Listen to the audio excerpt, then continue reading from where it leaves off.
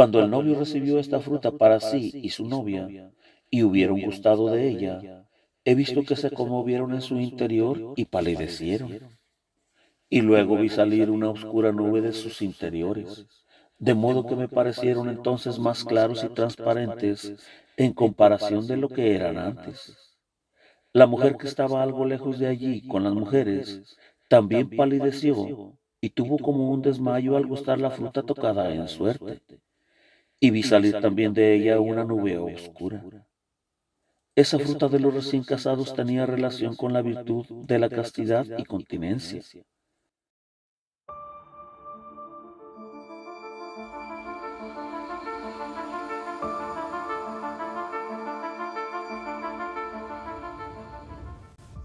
Ana Catalina Emery, Visiones y Revelaciones Completas, cuarta parte. La vida de Jesucristo y de su Madre Santísima, época tercera. Primera Pascua en Jerusalén. 10. Las bodas de Caná. Caná está situada al occidente de una colina. Es una ciudad hermosa y limpia, algo menor que Cafarnaúm. Hay allí una sinagoga con 3 sacerdotes.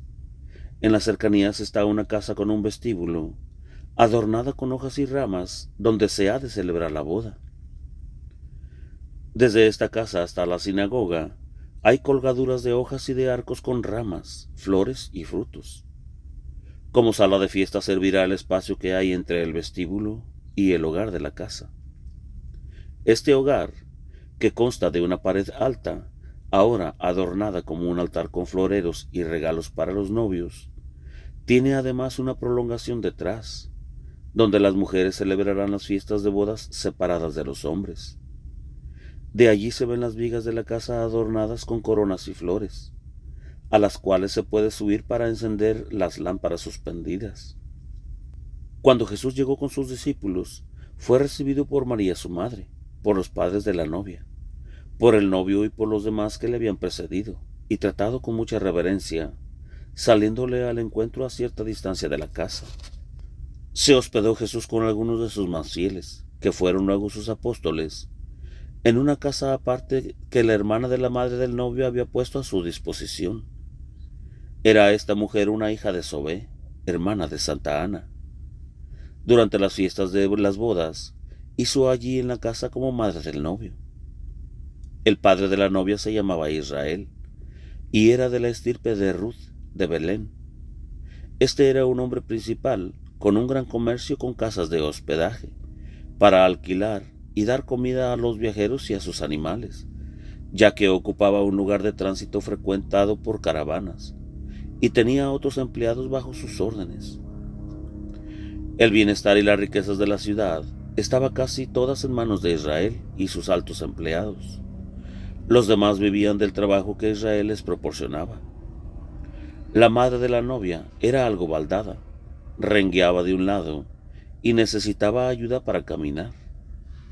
Desde Galilea habíanse reunidos todos los parientes de Ana y de Joaquín, como 100 personas. De Jerusalén vinieron María, Marcos, Juan, Marcos, Obed y la Verónica. Jesús, por su parte, trajo como unos 25 huéspedes a las bodas. Siendo Jesús niño de 12 años, estando en una comida en casa de Ana, cuando volvió del templo, habló entonces con este novio y le dijo unas palabras misteriosas sobre el pan y el vino, y que él un día estaría presente a sus bodas. Pero su presencia en estas bodas tenía, además de lo misterioso y significativo, como todas sus obras sobre la tierra, un sentido de conveniencia social y de consideración.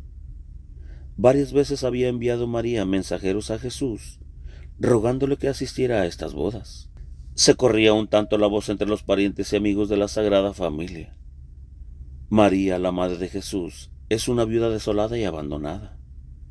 Jesús va caminando por todas partes y se ocupa poco o nada de su madre y de su familia. Quería, pues, Jesús asistir a esa boda y darle allí el testimonio de su amor y respeto.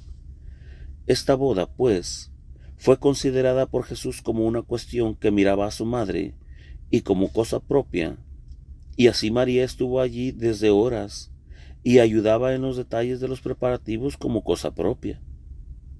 Jesús había tomado parte de la fiesta por su cuenta. Jesús se había comprometido a proveer el vino a los convidados, y así se explica la solicitud de María cuando vio que faltaba el vino. Jesús había citado también a Lázaro y a Marta a estas bodas, y Marta ayudaba a María en los preparativos. Lázaro era el que debía proveer la parte a la cual se había comprometido Jesús, y esto lo sabía solo María. Jesús tenía en Lázaro plena confianza. Recibía Jesús agradecido todo lo que daba Lázaro, y éste se sentía feliz de dar. Por esto fue Lázaro, hasta lo último, el tesorero de la comunidad cristiana. Aquí era tenido como un huésped de honor con los novios, y Lázaro se esmeraba por todo lo que pudiera ser necesario. Lázaro era fino y delicado en su modo de ser, serio, callado y muy reservado en todas sus manifestaciones. No hablaba mucho, y miraba con afecto interior a Jesús para que nada le faltara. Además del vino, había tomado Jesús por su cuenta proveer algunos alimentos especiales, las frutas, las aves de varias clases y las verduras. A todo esto se había provisto ya. Verónica había traído de Jerusalén un cesto de flores admirables y un artístico trabajo de confitería. Jesús era aquí el jefe y principal de la fiesta.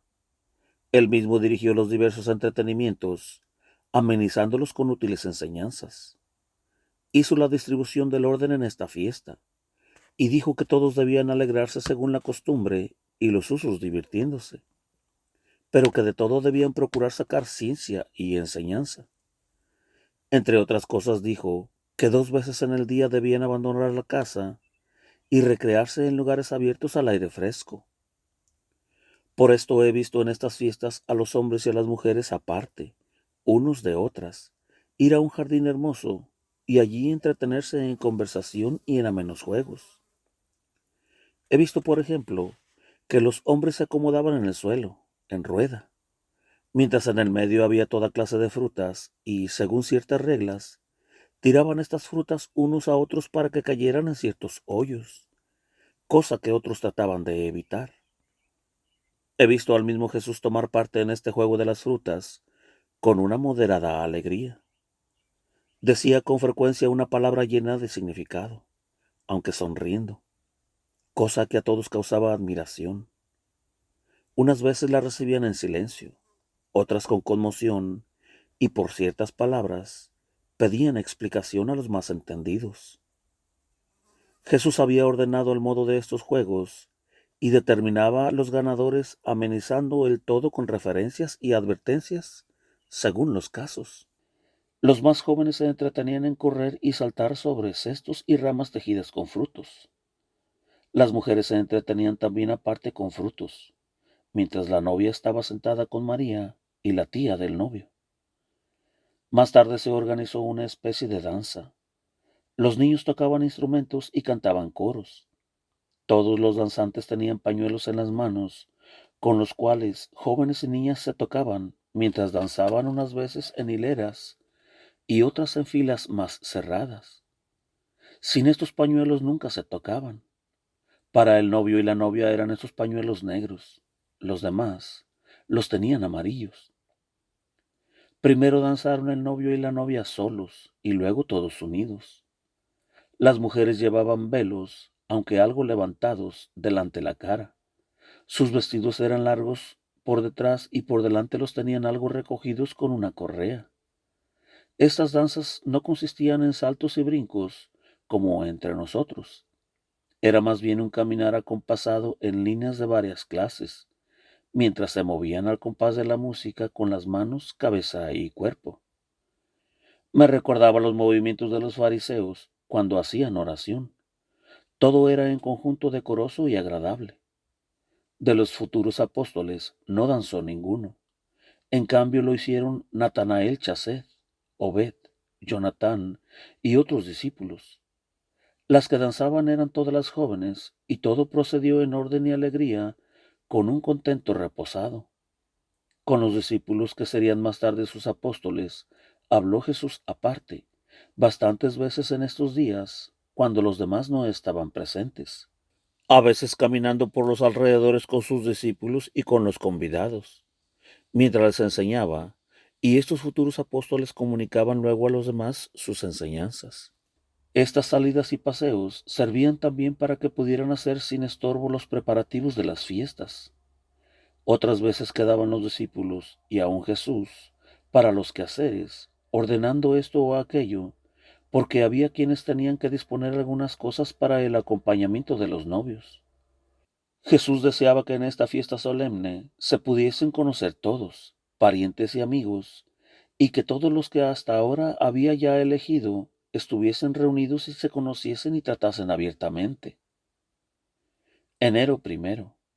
También en la sinagoga, donde estaban reunidos los convidados, habló Jesús del gozo permitido y de la alegría lícita, su significación, su medida, su seriedad, y de la ciencia que debía regir estos entretenimientos.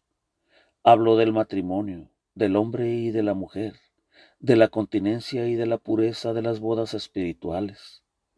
A la conclusión de esta enseñanza se adelantaron los novios, y Jesús les dijo palabras de enseñanza y exhortación a cada uno en particular. Enero 2. Al tercer día de la llegada de Jesús, tuvo lugar el casamiento, a las 9 de la mañana. La novia fue vestida y adornada por las jóvenes. Sus vestidos eran como los de María en su casamiento, como también la corona que le pusieron, que era más rica aún. Sus cabellos no fueron divididos en trenzas finas, sino en líneas y grupos más gruesos. Cuando su adorno estuvo completo, fue mostrada a María y a las otras mujeres que estaban allí. Desde la sinagoga fueron llegando las personas que habían de llevar a los novios desde la casa a la sinagoga. En el cortejo había 6 niños y 6 niñitas, que llevaban coronas entretejidas.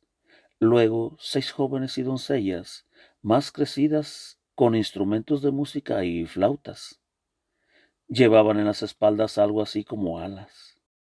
Además, acompañaban a la novia 12 jóvenes como guiadoras, y al novio 12 jóvenes.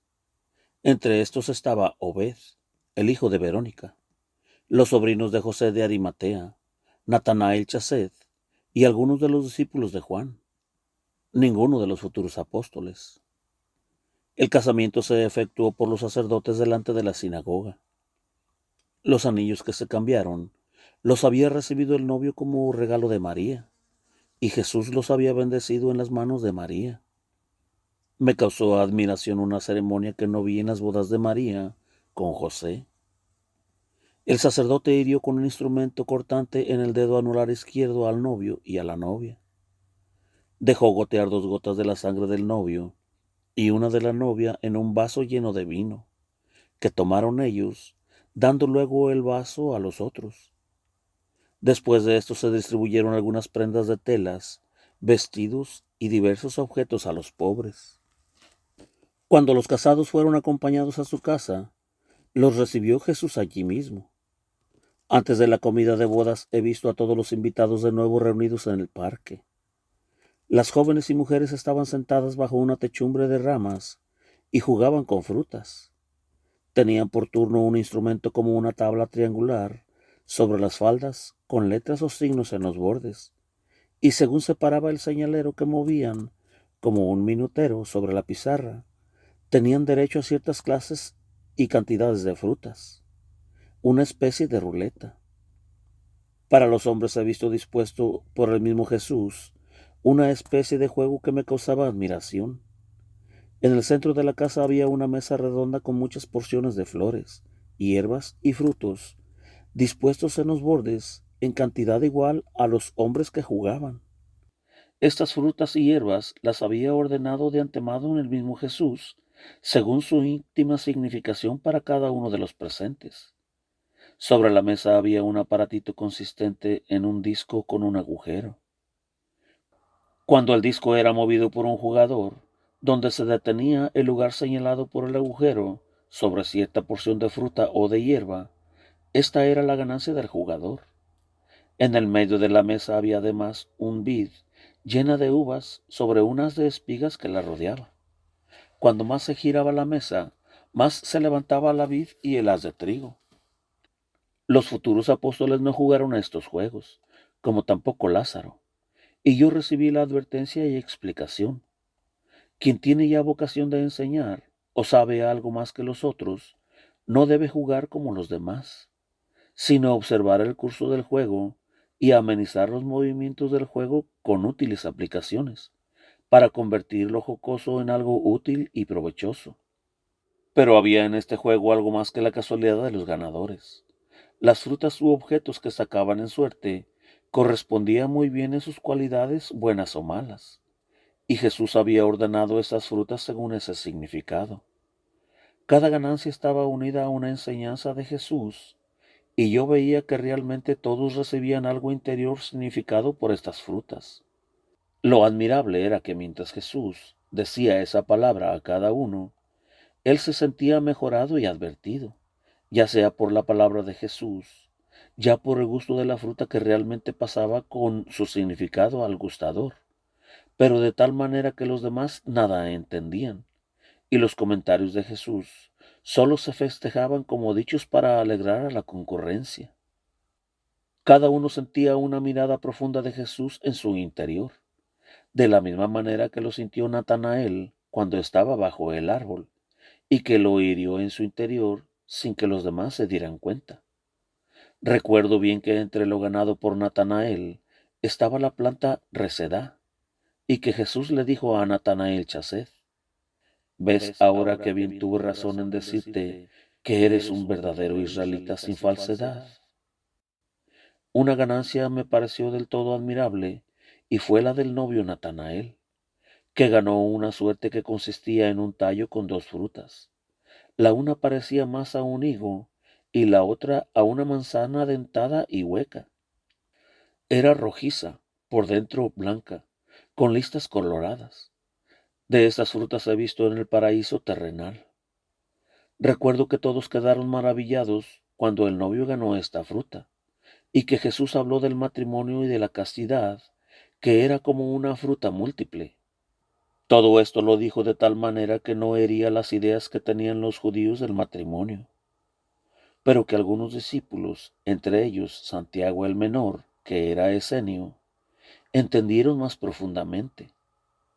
He visto que los presentes se maravillaron de más de esta suerte tocada a los recién casados que de las demás. Jesús dijo algo así como: ¿podrían esta suerte y estas frutas producir aún mayores bienes de lo que pueden representar por sí mismas?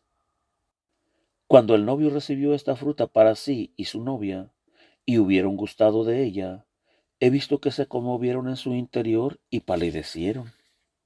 Y luego vi salir una oscura nube de sus interiores, de modo que me parecieron entonces más claros y transparentes en comparación de lo que eran antes. La mujer que estaba algo lejos de allí con las mujeres también palideció y tuvo como un desmayo al gustar la fruta tocada en suerte, y vi salir también de ella una nube oscura. Esa fruta de los recién casados tenía relación con la virtud de la castidad y continencia.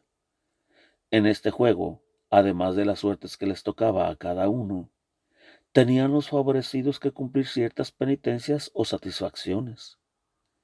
Así he visto que los recién casados tenían que ir a la sinagoga y traer de allí algo cumpliendo con el rezo de algunas preces. La hierba que sorteó Natanael Chasset era una planta de hacedera. En todos los demás discípulos que ganaron algunas de estas frutas o hierbas, he visto que se levantaron sus propias pasiones en ellos, se resistieron algún tanto y luego se dieron en fuerza o se encontraron con mayor fortaleza los agraciados para resistir a ellas.